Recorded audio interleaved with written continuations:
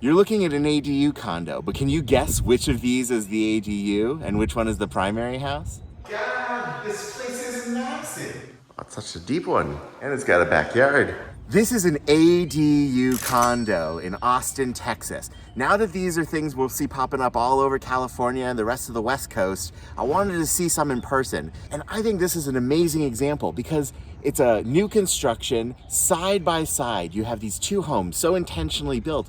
It's hard to tell which one's the ADU, right? And now that they've set it up like this site condo, they'll be able to sell the two units separately and create two homes where there was only one home before. It's a pretty cool story. We're gonna go in, we're gonna talk to the lawyer who does these ADU condos, and we're gonna talk to the owner who developed these properties.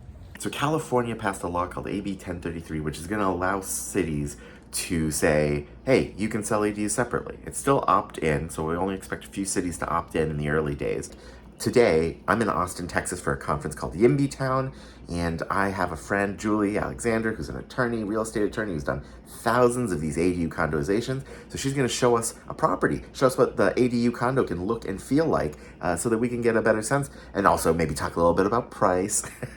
Every condo regime in Texas has to have an HOA.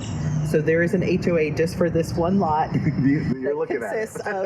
And the people that run that HOA are these owners and soon to be these owners. And so there are some basic rules, mostly just to preserve the look and feel and making sure everybody's taking care of their unit, but they're not super restrictive.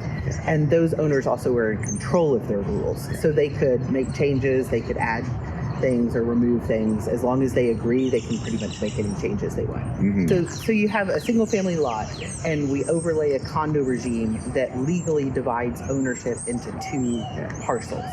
And so this is set up as a detached site condominium, which means that this owner of the ADU owns their yard areas and the unit. Yeah. So it's not like a traditional condo where people think they only own the sheetrock end and the exterior is owned jointly. That is not true here. So this person that bought the ADU owns the entire structure and their yard areas. They are responsible for maintaining their structure, for insuring their structure, and so that they function very much like two single-family homes in this sort of situation.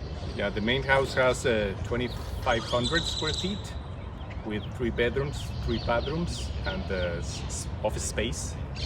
And the ADU has 1,100 square feet, 2 bedrooms, 2 baths, 2.5 baths, and the accessory unit, detached from the ADU, has 300 square feet. It was a small house. Yeah.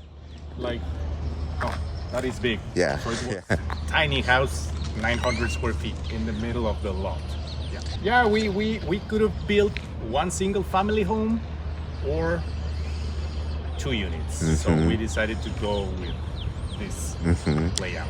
Well, we think we will list it in a little bit higher than $1 million, the main house. Yeah.